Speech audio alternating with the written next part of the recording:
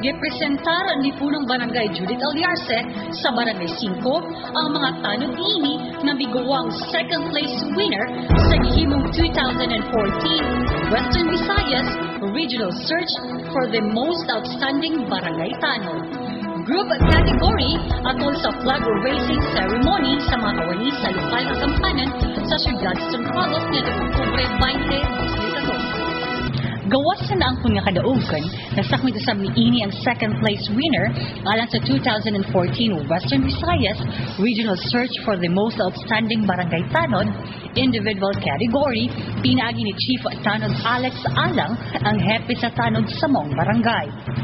Ang mga plaque of appreciation nga pasidungog gitunol ni Regional Director Anthony Noida ang hepe sa Regional Management Coordinating Council kon RMCC niadtong Oktubre 13, 2014 dito sa Dakbayan sa Iloilo.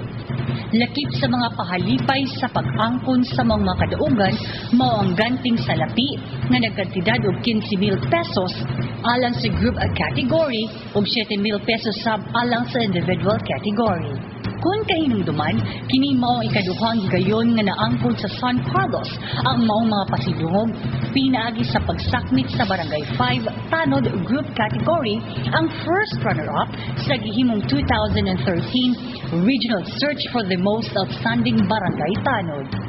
Samtang nakuha usab ni Chief Tanod Desiderio Inarciso sa Barangay Bulwangan ang individual category sa mao gihapong kompetisyon.